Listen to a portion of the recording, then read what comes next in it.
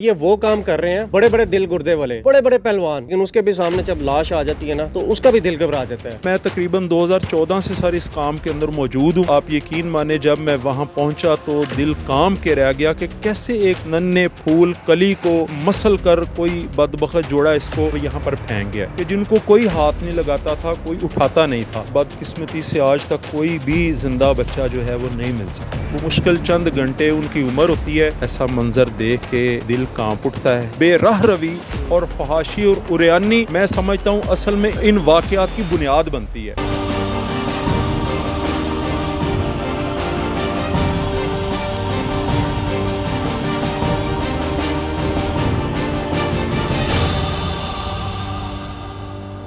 ناظرین، اس وقت میں گجرانوالہ ہاسپٹل کے اندر موجود ہوں اور آپ جو میرے عقب میں جو بلڈنگ دیکھ رہے ہیں یہ مردہ خانہ ہے۔ یہ ایک ایسی جگہ ہے جہاں پر بڑے بڑے لوگ آ کر یہاں پر کام جاتے ہیں، اور اگر معاشرتی طور پہ بات کریں تو لاوارث چیزیں اٹھانا، یعنی کہ اگر کسی کو لاوارث چیز ملے تو کوئی جانور ہو، کوئی قیمتی چیز ہو تو لوگ اٹھا کے لے جاتے ہیں۔ لیکن ہمارے ہی معاشرے کی ایک اور تصویر بھی ہے، ایسی لاوارث چیزیں جن کو دیکھ کر لوگ نفرت کرتے ہیں یا جن کو لے کر لوگ ہاتھ لگانا پسند نہیں کرتے۔ ان لاوارث چیزوں کے لیے مطلب ایسے بچے جن کے والدین نہیں ہوتے، جن کو پیدا ہونے کے چند لمحے بعد ہی پھینک دیا جاتا ہے کسی کچرا دان پر یا کسی میدان میں پھینک دیا جاتا ہے۔ کچھ ایسی ڈیڈ باڈیز جو کہ کسی بزرگوں کی یا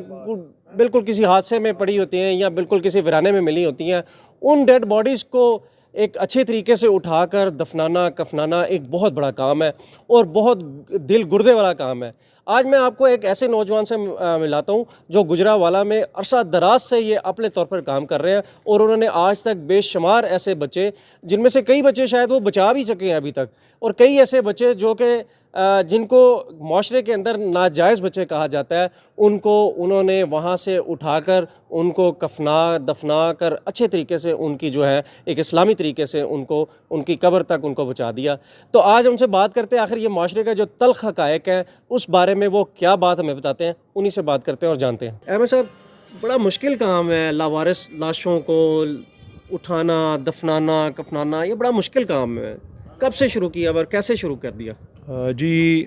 سب سے پہلے تو آپ کا بہت شکریہ کہ آپ اس مشن کو ایک فوکس کرنے کے لیے اور اس کو اجاگر کرنے کے لیے آپ یہاں میرے پاس تشریف لائے۔ تو گزارش یہ ہے کہ اس حوالے سے جو سب سے پہلے جو مجھے ایک موٹیویشن ملتی ہے وہ مجھے میرے پیارے نبی صلی اللہ علیہ وسلم کے فرمودات سے ہی ملتی ہے کہ جس کے لیے آپ نے اپنے ماننے والوں کو اس بات کا پابند کیا ہے کہ وہ کوئی بھی ایسا جب منظر اور حالات دیکھیں تو اس میں اپنا ایک اچھا کردار ادا کریں۔ تو اسی حوالے سے یہاں پر بڑی ضرورت تھی ایسے لوگوں کی مدد کرنے کی، ایسی چیزوں کو جو ہے ایک اپنا اس میں کردار ادا کرنے کی کہ جن کو کوئی ہاتھ نہیں لگاتا تھا، کوئی اٹھاتا نہیں تھا۔ تو الحمدللہ میں تقریباً 2014 سے سر اس کام کے اندر موجود ہوں، اور اب تک درجنوں جو ننھے بچوں کی میتیں ہیں کہ جن کو کوڑے اور کچرے کے اوپر جو ہے جوڑے پھینک جاتے تھے، تو الحمدللہ ان کی خدمت کا سر اپنے لیے ذمہ لیا ہوا ہے۔ تو اللہ کا شکر ہے کہ درجنوں اس وقت ڈیڈ باڈیاں جو ہیں وہ دفنا چکے ہیں، جن کا مقصد فقط یہ ہے کہ ایک اللہ کا حکم اور پیارے نبی صلی اللہ علیہ وسلم کے فرمان کو مد نظر رکھتے ہوئے اپنی ڈیوٹی ادا کر رہے ہیں۔ احمد صاحب، یہ شروع کیسے کیا؟ آخر کیا، یعنی کہ کس طرح سے آپ نے یہ کام شروع کر دیا؟ کیا آپ نے کوئی چیز دیکھی تھی یا کیا واقعہ کیا ہوا جب آپ نے جی بالکل، مجھے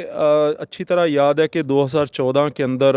میڈیا کے اندر جب یہ خبر ایک چلی کہ ایک بچہ جو ہے وہ کچرے کے ڈھیر پر پڑا ہوا پایا گیا ہے،